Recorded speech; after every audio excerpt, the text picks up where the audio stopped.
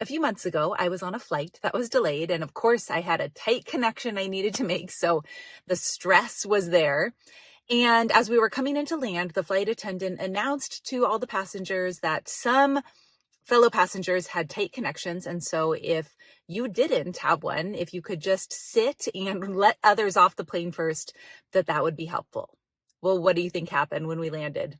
Nobody listened to that. Everybody got up and was ready to get off the plane. So it didn't help anybody with tight connections. Now, just recently, I was on another business trip and same thing, although this time I was not one with a tight connection, but we were delayed. And as we were coming into land, this flight attendant got on the loudspeaker and started listing off connecting flights and said, if you are on one of these flights, I want you to raise your hand and keep your hand raised. And so he went through and read all these connecting flights, and about a quarter of the folks on the plane had their hands raised. And he said, okay, I want everybody to look around and see whose hand is raised. These people need to get off the plane first. If your hand is not raised, please stay in your seat and allow these other passengers to exit as quickly as possible. And guess what? People listened.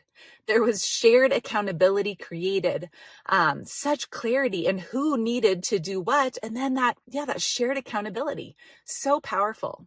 So if you are leading a team and you're feeling frustrated with the lack of ownership that's being taken, with people not acting on the things you're asking them to do, I would ask you, first of all, are they crystal clear on what's expected of them, on what's needed? And then 2, have you done anything to create some sense of shared accountability across the group to help elevate commitment and performance from all the folks involved?